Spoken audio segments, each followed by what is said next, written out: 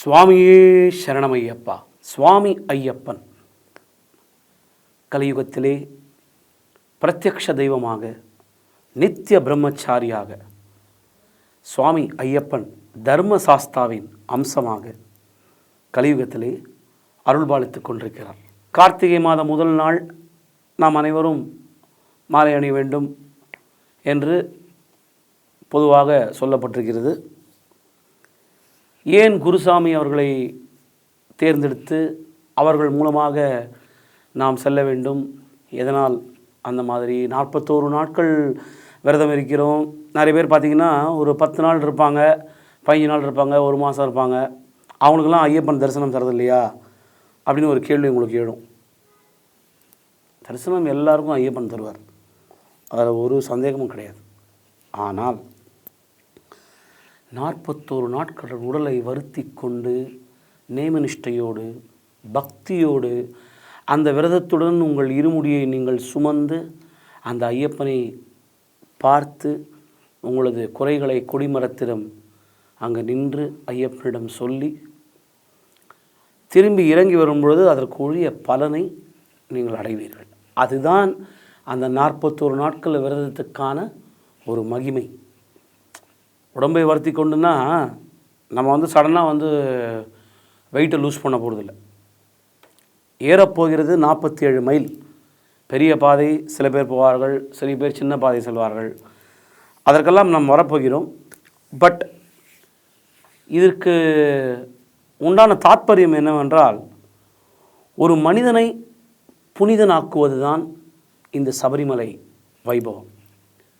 ஆகவே கலியுகவர்தன் ஸ்ரீ ஐயனையப்ப சத்குருநாதன் சாக்ஷாத் அந்த மணிகண்டனை காண நாம் அனைவரும் நேமனிஷ்டையோடு விரதம் இருந்து 41 நாட்கள் விரதம் இருந்து அந்த ஐயப்பனின் சபரிமலை யாத்திரை, ஆஹா எப்பேற்பட்ட ஒரு பயணம். எதுக்காக சாமி கார்த்திகை 1 தான் மாலை போடணும்? எப்படி மாலை போடணும்? கன்னிசாமியாக இருந்தால் எப்படி இந்த சபரிமலை வழிபாட்டை நாம் ஆரம்பிக்க வேண்டும்? ஒண்ணாமலை ஏறிடும் கன்னிசாமிமார்களே, நீங்கள் எல்லாம் சபரியின் மணிகண்டனவன் ரூபமே. பொய் சொல்லக்கூடாது, பழி எண்ணக்கூடாது. சபரிமலை ஏறப்போகும் கன்னிசாமியே, நீ சத்தியத்தின் பாதையினை தவறவிடாதே. சுவாமியே சரணமையப்பா. ஆகவே இந்த காலையும் மாலையும் 2 வேளையும் சரணம் சொல்லி நமஸ்கார ஸ்லோகம். பூதநாத சதானந்தா சர்வபூத தயாபரா ரக்ஷ ரக்ஷ மகாபாஹோ சாஸ்திரே துப்யம் நமோ நமः. சுவாமியே சரணமையப்பா. மற்ற நமஸ்காரங்கள் ஸ்லோகங்கள் தெரியாவிட்டாலும் பரவாயில்லை.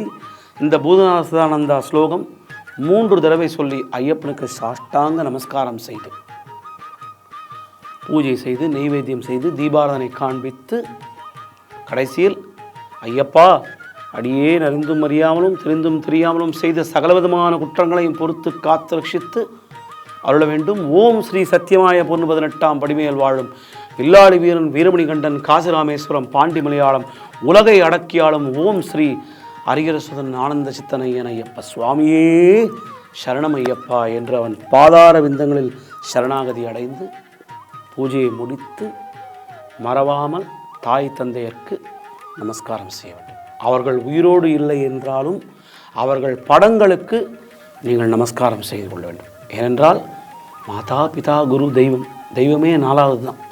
ஸோ மாதா பிதா குருமார்களுக்கு நமஸ்காரம் செய்யுங்கள். 41 நாட்களில் காலை மாலை இதை கண்டிப்பாக நீங்கள் செய்ய வேண்டும். பக்தர்களே, 40 நாள் நோன்பிலே நாம் 2 வேளை குளிக்கணும். கருப்பு நீல ஆடை தோளு மேல துண்டு இருக்கணும். காவி நீல ஆடை தோளு மேல துண்டு இருக்கணும். மார்கழி மாதத்தில் கடும் குளிர் வீசிடும். விரதத்திலே கொஞ்சம் கூட தவறக்கூடாது. நாம தவறி புட்டா புண்ணியமோ கணக்கில் வராது. சுவாமியே சரணமையப்பா. பக்தர்களே, சரணமையப்பா.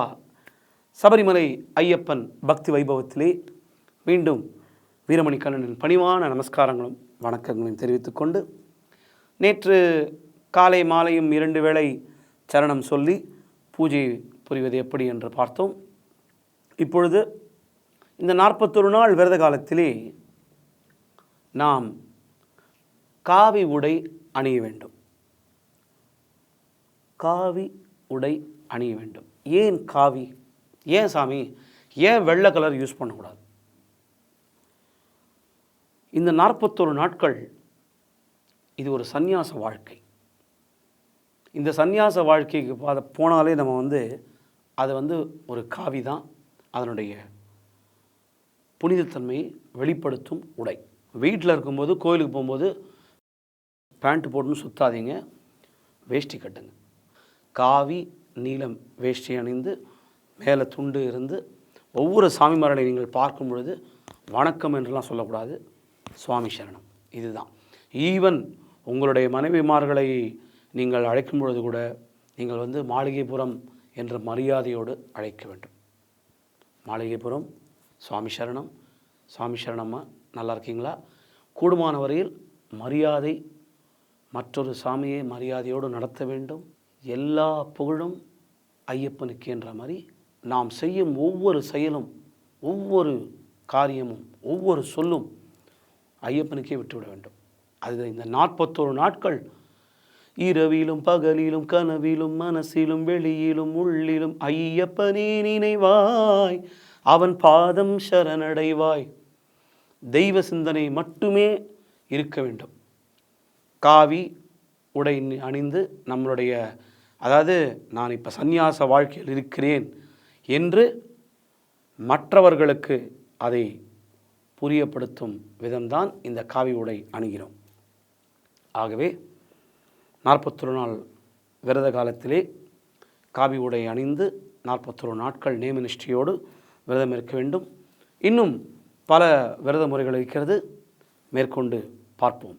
சுவாமியே சரணமையப்பா. தத்துவத்தை கடைபிடித்து ஒரு சத்குருவின் கால் பிடித்து காவி உடை இடை உடுத்து நீ கவனமுடன் நோன்பு நடத்து.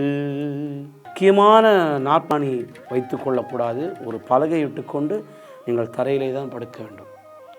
ஏன்? சபரிமலை என்பது ஒரு பிக்னிக் ஸ்பாட் இல்லை. ஒரு